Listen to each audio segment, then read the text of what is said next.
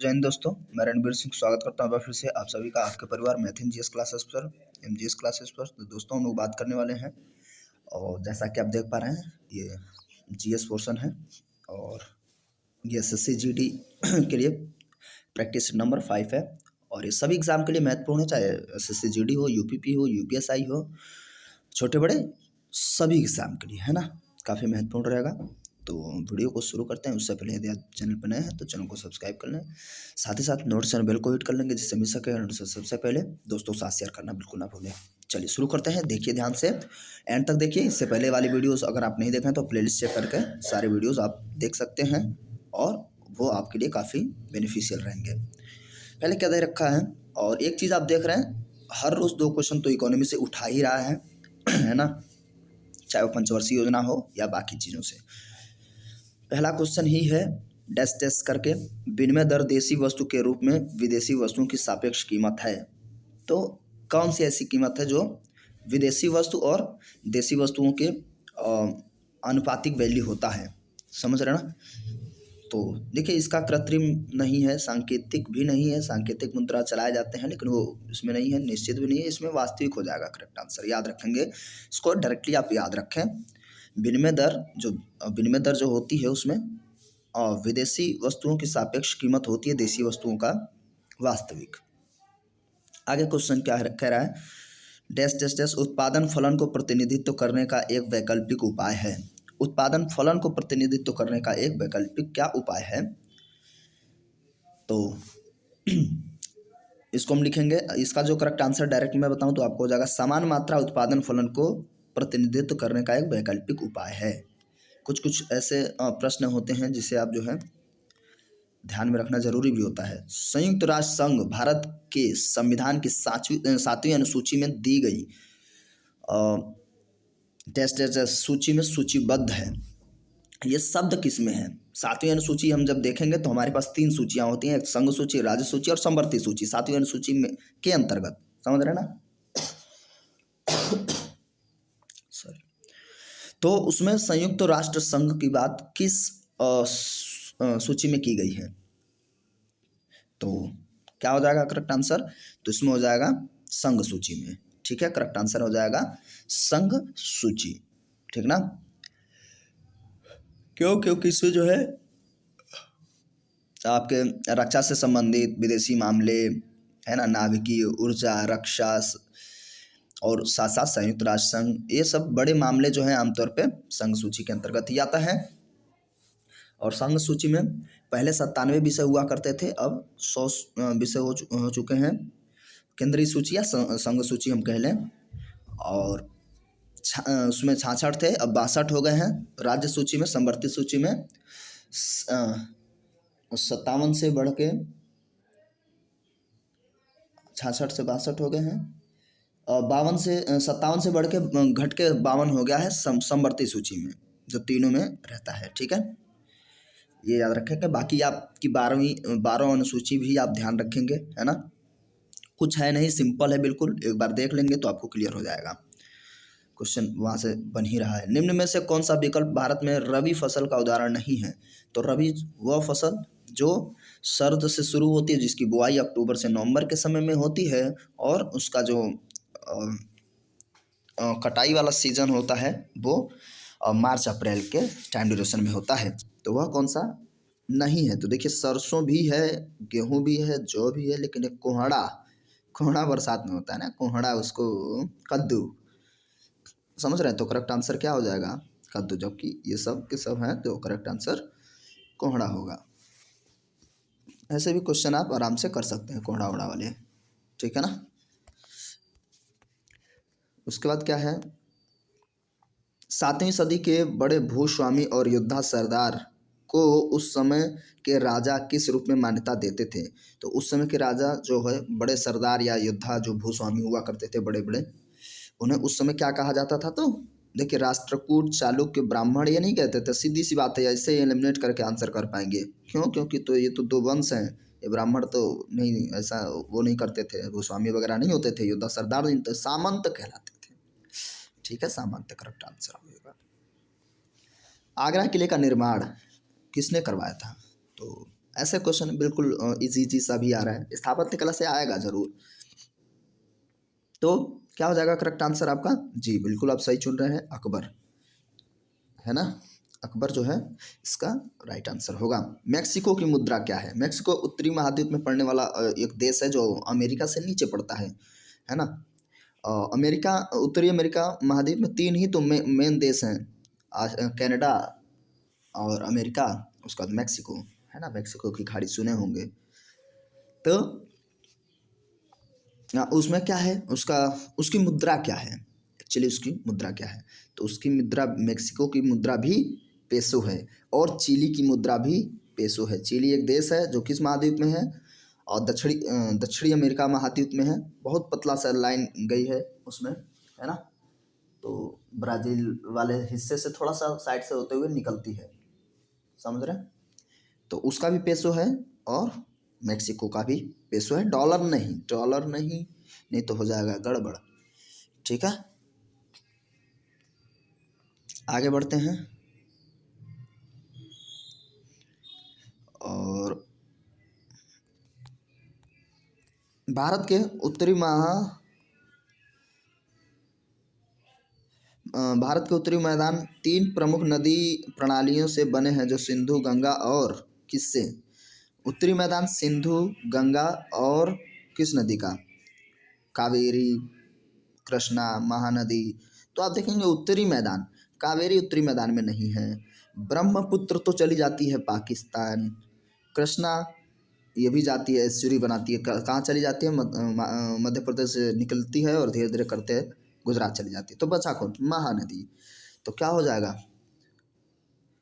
एक मिनट एक मिनट, इसमें क्या बोला है? भारत के उत्तरी मैदान की तीन प्रमुख नदी प्रणाली, तीन प्रमुख नदी प्रणाली हैं, तो सिंधु, गंगा और ब्रह्मपुत्र उत्तर वाले क्षेत्र में रहेगी। ठीक है, ब्रह्मपुत्र जो है, ब्रह्मपुत्र को यहाँ करेक्ट आंसर रखेंगे, है ना, क्योंकि उत्तरी भाग में ये तो फिर धीरे धीरे आपका पूर्वी हिस्से में जाने लगती है। ठीक है ना। करेक्ट आंसर ब्रह्मपुत्र रहेगा। सिंधु, गंगा और ब्रह्मपुत्र, ये तीन मुख्य नदियाँ रहेंगी, मेजर रिवर। ठीक है, तो करेक्ट आंसर इसका ब्रह्मपुत्र ही रहेगा। थोड़ा सा यहाँ ध्यान देंगे, है ना। और ये जो चूँकि सिंधु दिया है ना ऑलरेडी, तो इसलिए आसानी से हम ब्रह्मपुत्र को ही ठीक करेंगे। मैं पूर्वोत्तर वाले हिस्से में जा रहा था, तो इसलिए जो है गड़बड़ हो जाता है। पूर्वोत्तर में महानदी आती है, तो सिंधु है तो ब्रह्मपुत्र होगी ही और गंगा ही है। चलिए आगे बढ़ते हैं। मैंगोफेरा इंडिका यानी आम, उसके बाद सोलेमन ट्यूबिरोसम, जो पिछले वीडियो में देखे थे तो वो जानते हैं। आलू वगैरह का पूछा था, तो उसमें क्या है? आलू का देखिए सोलेमन ग्रुप के थे, है ना। आलू, टमाटर, बैंगन, ये सब सोलेमन ग्रुप के थे वंश उनका। तो सोलेमन ट्यूरोसम आलू, पेंथेरा लियो शेर है। इन नामों से इंडिका, ट्यूरोसम और लियो का क्या क्या प्रतिनिधित्व करता है? ये क्या बताते हैं? जैसे इंडिका, ट्यूरियम, देखिए सोलोमन वंश को दिखाता है, शुरू वाले जैसे वंश दिखा रहे हैं, मैंगोफेरा, पेंथेरा, ये वंश को दिखाते हैं। लेकिन ये कह रहा है कि लास्ट वाले जो शब्द हैं, इंडिका, ट्यूरियोसम और लियो, ये क्या दिखाता है? तो क्या हो जाएगा करेक्ट आंसर? जाति संकेत पद। ठीक है, जाति का वो दिखाता है किस जाति से है, किस गढ़ से है। ठीक है, तो करेक्ट आंसर यहाँ ये हो जाएगा। और द्विनाम पद्धति डोमेन नेम सिस्टम को शुरुआत किया था कैरोलस लीनियस ने, ये भी याद रखेंगे। जैसे यहाँ तो द्विनाम कुछ, लेकिन द्वीपद्राम कुछ कह रहा था, तो है नहीं। तो द्विनाम पद्धति डोमेन नेम सिस्टम के जनक जो हो जाएंगे कैरोलस लीनियस जी हो जाएंगे, ये भी याद रखेंगे आप। बात करते हैं हम लोग, और क्या है? डैश क्लोरोफिल युक्त सरल थैलायड और स्वपोषी तथा मुख्यतः जली लवणीय जल तथा समुद्री दोनों का जीव है। कौन सा जीव है? और ये जो बड़ा क्रिस्टिकल तरीके से बोल रहा है, जो कि क्लोरोफिल है ना। देखिए जिम्नोस्पर्म वगैरह, ब्रायोफाइट्स और बाकी चीज़ों में जो है, लेकिन एक चीज़ है कि सरल है, थैलाइड स्वपोषी है और मुख्यतः जली, जो अलवणीकरण जल में पाया जाता है। तो सीधी सी बात है, ये जो हो जाएगा आपका शैवाल। नीले हरे शैवाल सुने होंगे आप। तो ये क्लोरोफिल युक्त है, अपना भोजन स्वयं बनाता है। तो करेक्ट आंसर यही रहेगा। इससे 2-3 क्लू था, आप इसको कर सकते थे। एनेलिडा और आर्थ्रोपोडा आदि में एक ही अक्ष से गुजरने वाली रेखा द्वारा शरीर को दो समरूप यानी दो भागों में दाएं और बाएं से विभाजित कर देता है। इससे क्या कहते हैं? इस शब्द को यानी ये जो विभाजित करता है उसे हम क्या कहते हैं? सिलेंट्रेटा और ये टीनोफोर द्विपार्श्व। तो क्या हो जाएगा? करेक्ट आंसर हो जाएगा द्विपार्श्व। दो भाग है ना, द्विपार्श्व में बांट दिया जाता है। एनेलिडा आप जानते हैं, एनेलिडा केंचुआ वगैरह होते हैं, है ना, तो वो भी एक लाइन होती है। आर्थ्रोपोडा में काकरोच, बिच्छू, ये सारे चीज़ आते हैं। तो ये पूछ लिया जाता है कि सबसे बड़ा जो जंतुओं का समूह वर्ग होता है कौन सा होता है, तो आप कहेंगे आर्थ्रोपोडा। आर्थ्रोपोडा आपका करेक्ट आंसर हो जाएगा। सबसे ज़्यादा प्राणी आर्थ्रोपोडा में पाए जाते हैं। ठीक है, आगे बढ़ते हैं। यदि इसका द्विपार्श्व आंसर हो गया, यदि ग्रह की कक्षा दीर्घवृत्त है तो वह बिंदु जिस पर सूर्य होता है क्या कहलाता है?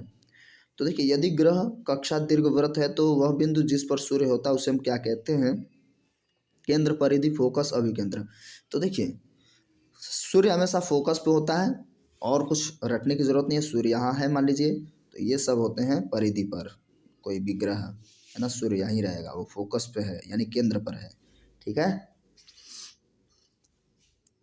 और अभिकेंद्र नहीं, अभिकेंद्र तो एक बल होता है, जैसे कोई भी ग्रह और सूर्य के बीच में जो बैलेंस बना रहता है, अपकेंद्र और अभिकेंद्र बल दोनों की वजह से। समझ रहे ना, अपने ओर की खींचने की शक्ति को अभिकेंद्र कहते हैं और बाहर धक्का देने की शक्ति को अपकेंद्र बल कहते हैं। आगे बढ़ते हैं। सर्पी घर्षण स्थैतिक घर्षण से क्या होता है? कितना क्या, है ना।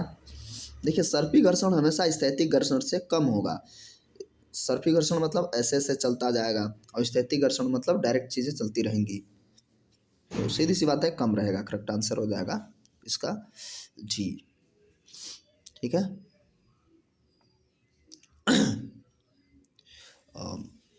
सर्पी घर्षण मतलब सांप जैसे फिसलते हुए चलता है, वो बात आप समझ पा रहे होंगे। और बाकी स्थैतिक मतलब एक्चुअली बस वही है, पड़ा है या कुछ भी। तो स्थैतिक घर्षण, घर्षण क्या वो बस है ना।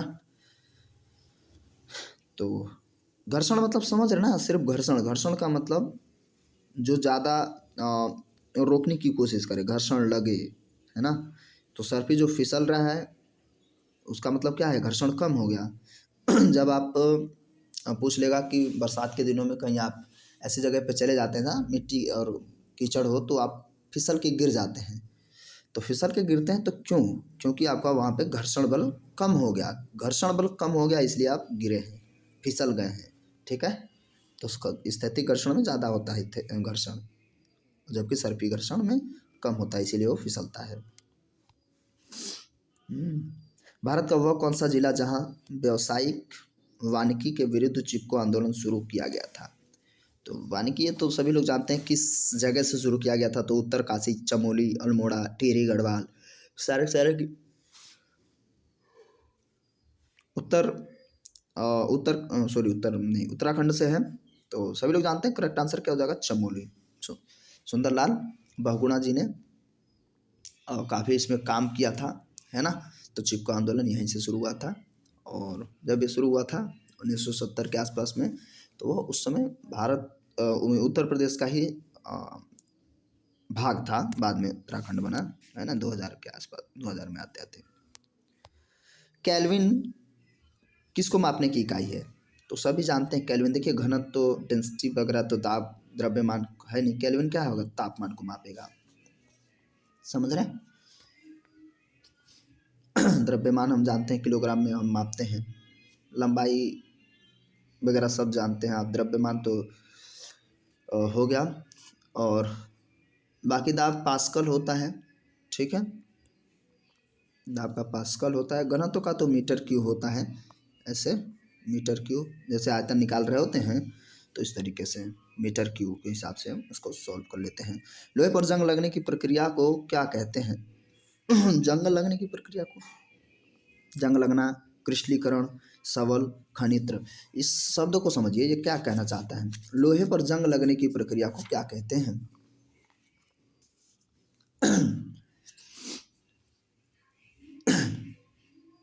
क्या कहेंगे भाई? कुछ नहीं, जंग लगना ही कहेंगे ना। एक चीज़ क्वेश्चन ये पूछ लेगा कि लोहे को जंग लगने से बचाने के लिए हम क्या करते हैं, तो पेंट कर लेते हैं, गैल्वेनाइजेशन वगैरह भी कर सकते हैं, है ना, और जिंक का परत चढ़ा देते हैं, ये सारी चीज़ें होती हैं। तो एक क्वेश्चन ये पूछेगा कि लोहे में जंग लगती है तो उसका भार क्या होगा, कम या ज़्यादा। तो लोहे पर जब जंग लगती है तो उसका भार बढ़ता है, ठीक है, क्योंकि फेरस होता है ना, ऑक्सीजन से अभिक्रिया करेगा तो फेरस ऑक्साइड बन जाएगा, तो ये वजन बढ़ेगा ही बढ़ेगा, ठीक है। तो ये सिंपल सा था, इसमें तो जंग लगना कहेंगे ही, इसमें कुछ और कोई बात तो है नहीं। सूर्य से निकलने वाली पराबैंगनी किरण यानी अल्ट्रा वायलेट रेडिएशन को अवशोषित करने वाले कवच का काम करता है। तो कौन करता है, सभी जानते हैं। यहाँ पे जो है थोड़ा सा ऑप्शन ध्यान से देखिए।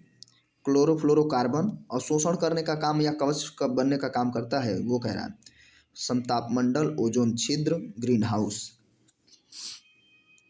तो यहाँ पे देखिए ओजोन छिद्र बोल रखा है,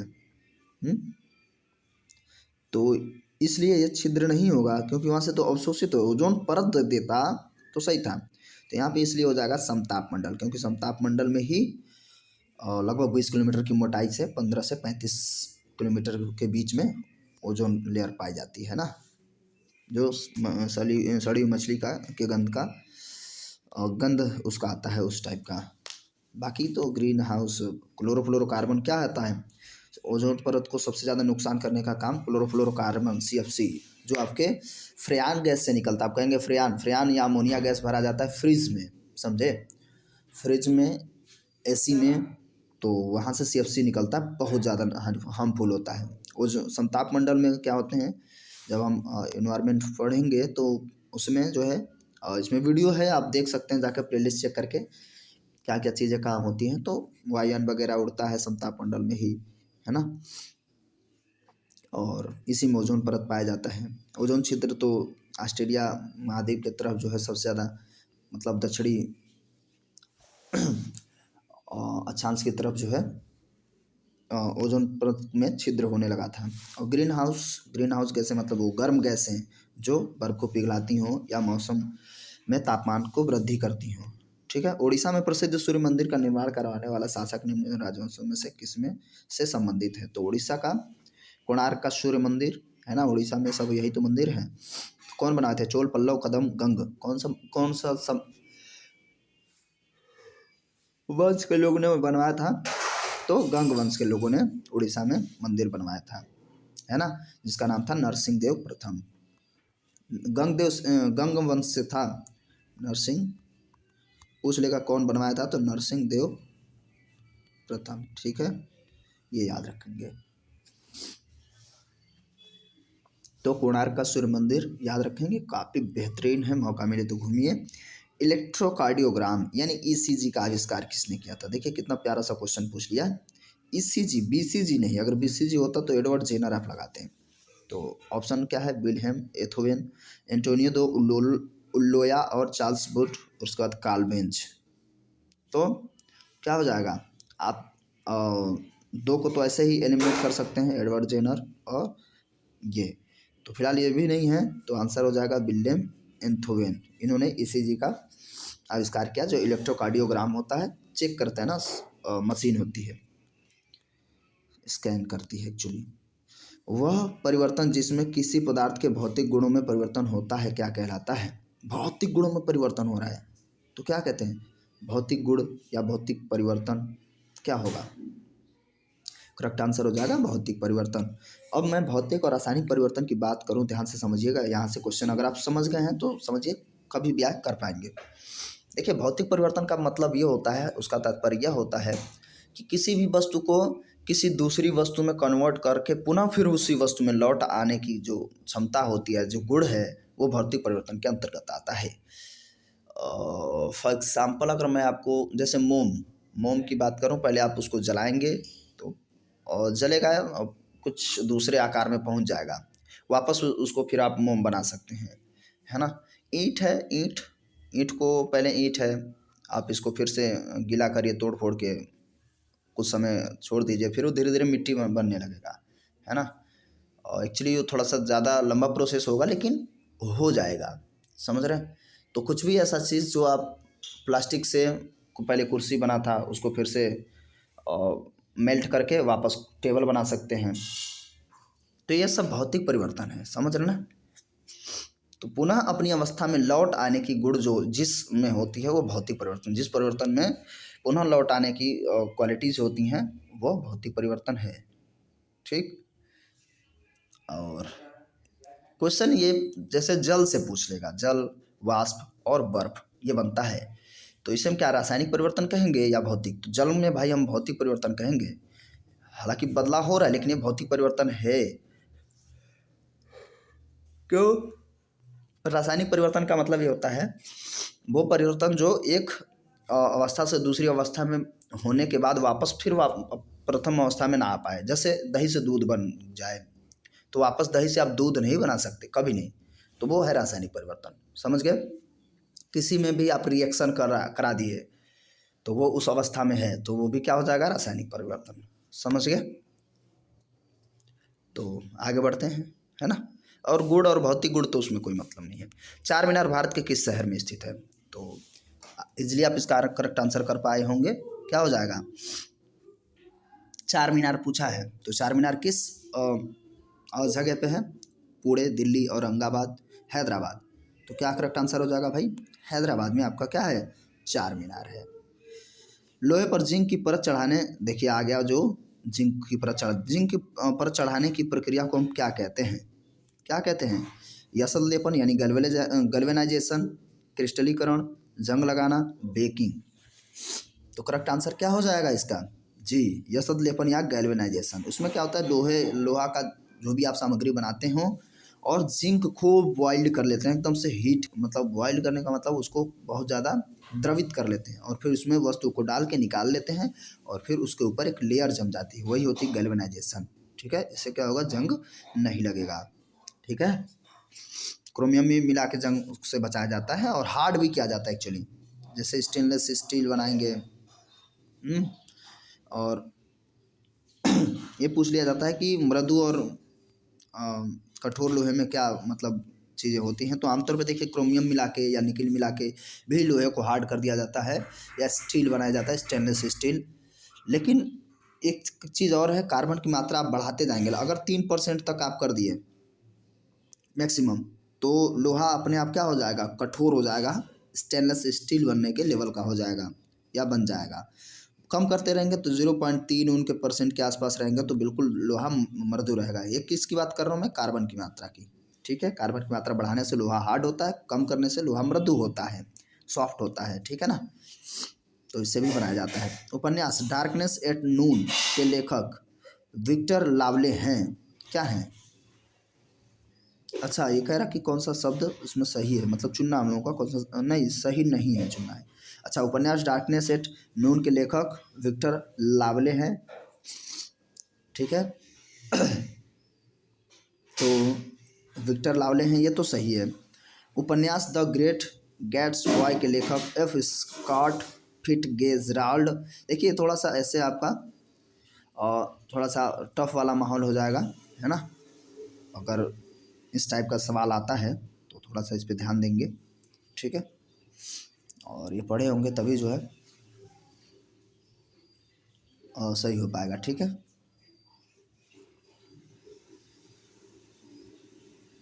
एक चीज़ इसमें क्या है, उपन्यास डार्कनेस एट नून के लेखक विक्टर लावले हैं। इसमें तो आर्थर क्लस्टर होना चाहिए, तो गलत है। उपन्यास द ग्रेट गैट्स बॉय के लेखक एफ स्कॉट फिट्जगेराल्ड हैं। तो भैया ये थोड़ा सा टफ है, इसको याद रख लीजिए, इसका डायरेक्ट मैं बताऊंगा अभी। उपन्यास the sound and the fury के लेखक एल रोन हबार्ड हैं। तो ये इसके तो हो जाएंगे विलियम फॉकनर, ठीक।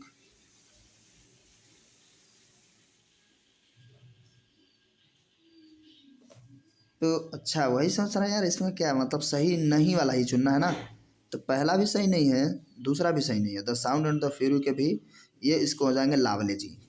तो सिर्फ दूसरा उपन्यास द ग्रेट गेट्स बॉय के लेखक जो हैं स्कॉट फिशर गेराल्ड हैं, तो ये वाला सही है, बाकी दोनों गलत हैं। तो इसमें ये पहला सी वाला आंसर हो जाएगा कि ये इसमें पहला और तीसरा गलत है। तो ये इसे हम कहते हैं टफ की श्रेणी में क्वेश्चन को, मॉडरेट टू टफ। पादप में वायरस में TMV का पूर्ण फॉर्म क्या होता है?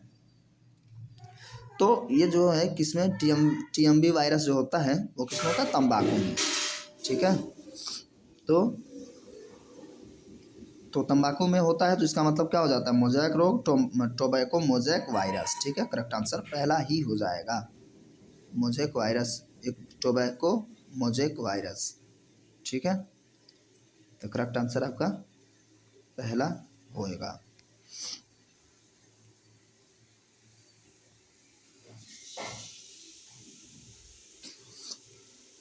निम्न में से किस तारीख को विश्व मस्तिष्क ट्यूमर दिवस मनाया जाता है? तो इसका आप डायरेक्ट आंसर याद रखेंगे 8 जून। और यहाँ से आपका क्वेश्चन मतलब सेट होता है ख़त्म। और एक चीज़ आप मानेंगे कि ये जो है मॉडरेट टू हार्ड की तरफ जा रहा था, ये पूरा GS का सेट तो काफ़ी बेहतरीन था। ऐसे क्वेश्चंस आपके पेपर में आ सकते हैं, इसलिए कंटिन्यू देखते रहेंगे, दिमाग में चीज़ें रहती हैं तो आप इसको सॉर्ट आउट कर पाएंगे, है ना। तो ऐसे ही वीडियो देखने के लिए चैनल को सब्सक्राइब कर लें और साथ साथ नोटिफिकेशन बेल को हिट कर लेंगे, जिससे मिल सके नोटिफिकेशन सबसे पहले। और दोस्तों के साथ शेयर करना बिल्कुल ना भूलें, है ना। और पहले वाले वीडियोस नहीं देखें तो जाकर प्लेलिस्ट चेक करके आप उन सभी को देख सकते हैं ना। तो ठीक है, मिलते हैं वीडियो में, तब तक के लिए नमस्कार, जय हिंद, जय भारत।